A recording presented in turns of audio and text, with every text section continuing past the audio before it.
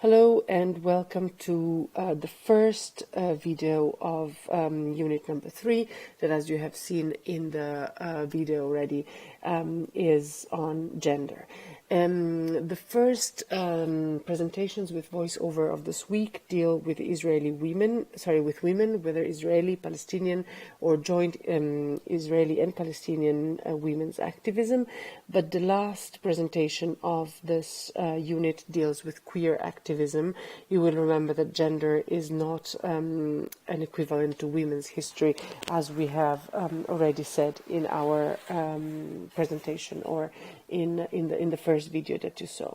So this first presentation, 3.1, is on Israeli women's activism in the 1970s.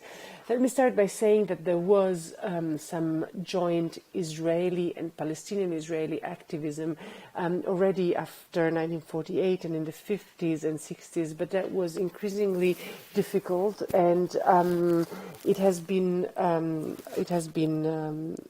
analyzed in terms of education and in terms of connection, that really in terms of women's empowerment. Now, for this reason, we start this class from the 1970s. And I would like to direct you, first of all, to two authors and two articles. The first one is Esther Herzog, Women's Parties in Israel, Their Unrecognized Significance and Potential, that really explains how an attempt to have women's parties and women's representation in the Israeli Knesset have always existed, but at very few times they succeeded, especially in the 1970s. And the second article is by Valérie Pouzol, who's also the author of a book in French entitled Clandestin de la paix, Israélienne and Palestinienne contre la guerre, published in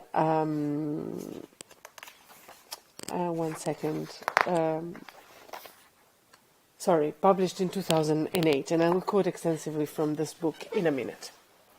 But the article by Valérie Pouzol, in a way, is more descriptive than the one by Esther Herzog, and it really talks about both Palestinian and Israeli women and their attempts from the 50s to the present to build bridges of some sort, whether through education, health, women's issues, empowerment, and so on.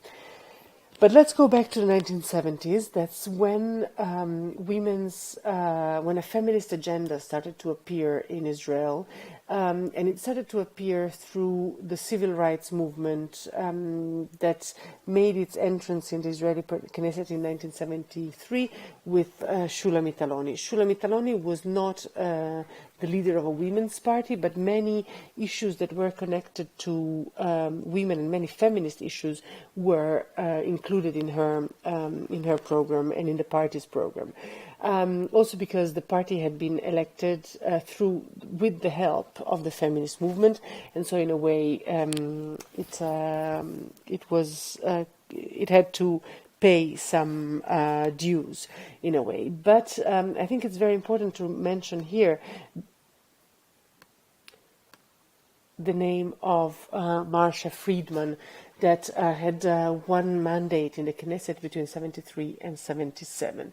Marcia Friedman, who was an American activist, she was able to bring to the fore, if you wanted to bring to the center of the discussion, issues such as domestic violence and the right to abortion and the question of the legal status of women before rabbinical courts. For the first time, the question of personal status law, whether they should be addressed by religious or secular courts, was discussed.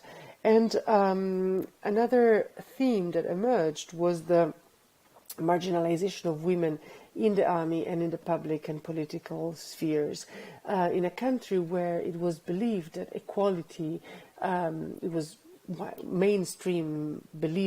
in the mainstream that equality had been reached because women were serving in the army. So these feminist issues started to be discussed. And if we look at Marcia Friedman's memories or recollections, she said, "My mandate, as far as I was concerned, was to represent women's interest, and I needed to carry the Israeli-Palestinian peace issue as well, as there was a very small minority voice in the Knesset on these issues. So the question is, how are these two issues, how were these two issues connected?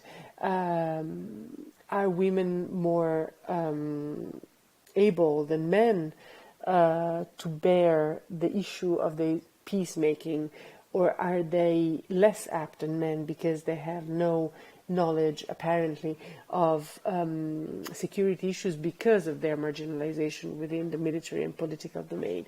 So these are very interesting questions, but the way Marsha Friedman answered was to denounce nationalism, and by acknowledging the fact that every nationalist movement subordinates the emancipation and the rights of women to its own affirmation and establishment.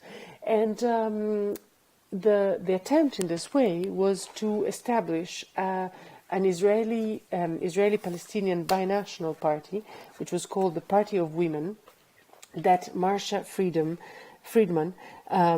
tried to establish together with Violette Khoury.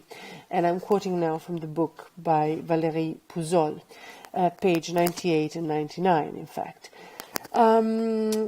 Violette Khoury was a mayor, the first women mayor of a Palestinian village in Galilee, Kafr Yassif, and the idea, and I'm quoting from the program of the Party of Women of 1977. There is an idea of equality, and much more than that, actually, an equality between men and women, but also an equality between Israelis and Palestinian Israelis. So let me quote from the program of the party. We appeal to an equality between the sexes, between the genders, as well as to an economic, political, and social equality between the peoples, between the men and the women, as well as to the abolition of the existing structures of discriminations on the basis of gender, the basis of ethnicity, of nationality, of age, of one's capacity, or of opinion. End of quote. So the acknowledgement of such, the appeal for such an equality, whether it's economic, political, social, and an equality between the sexes, in a way it entailed a very strong criticism of Israeli militarism, not only for budget reasons, the amount of money spent on military effort or in military equipment vis-a-vis the amount of money that would be available for social spending, but because militarism, an expression of nationalism, impedes the recognition of the right of the other. So, and I continue with the program of the party. The party is in favor of any initiative, and I quote, that would support an effort leading to the resolution of the Israeli-Arab conflict, and that recognizes the right of the Palestinian people to self-determination, as well as to an existence without danger for the state of Israel. So this is really the pronunciation, the enunciation of a binational party.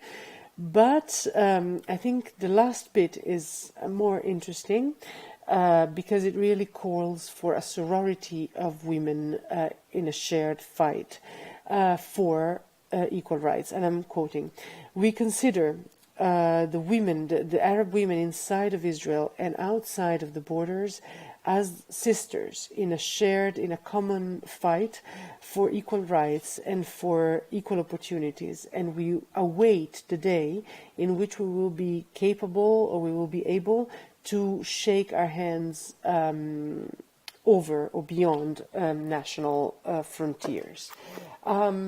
So this attempt didn't succeed because the two, despite the very beautiful words and the very noble and wonderful intentions, were unsuccessful in presenting a common list of candidates, and the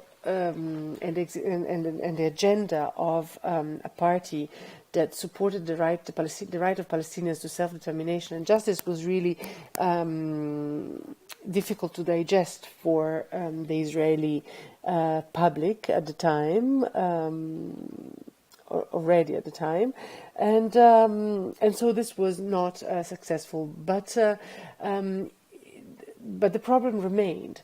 And if we look at the peace movement that emerged later, immediately after, actually, 1978, as you will remember from Unit 2, Peace Now was established from a group of officers signing a letter inviting Begin not to forfeit or not to hesitate in front of the peace offer of Sadat during the Camp David stall of 1978 in the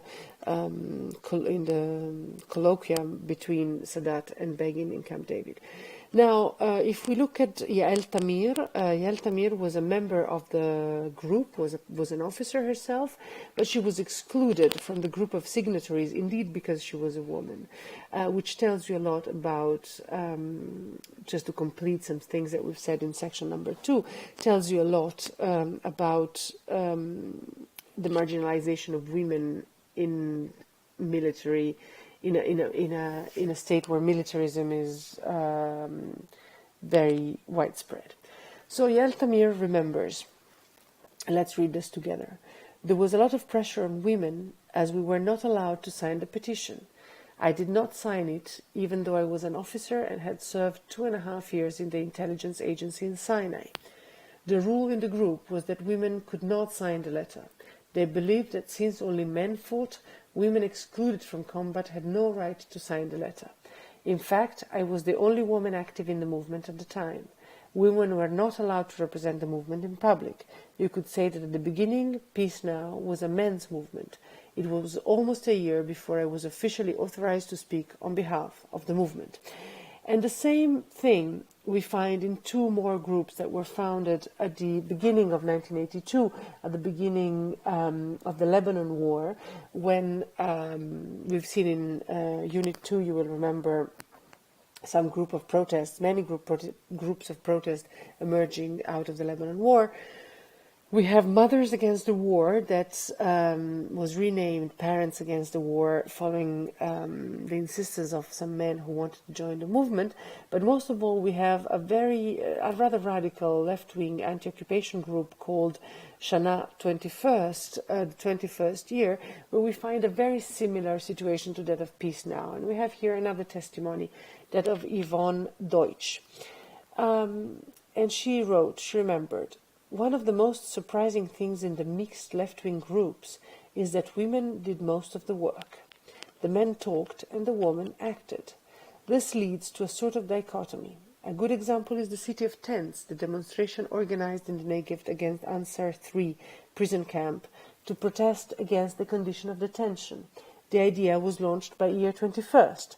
The women organized everything, but when the time came, only men were allowed to speak.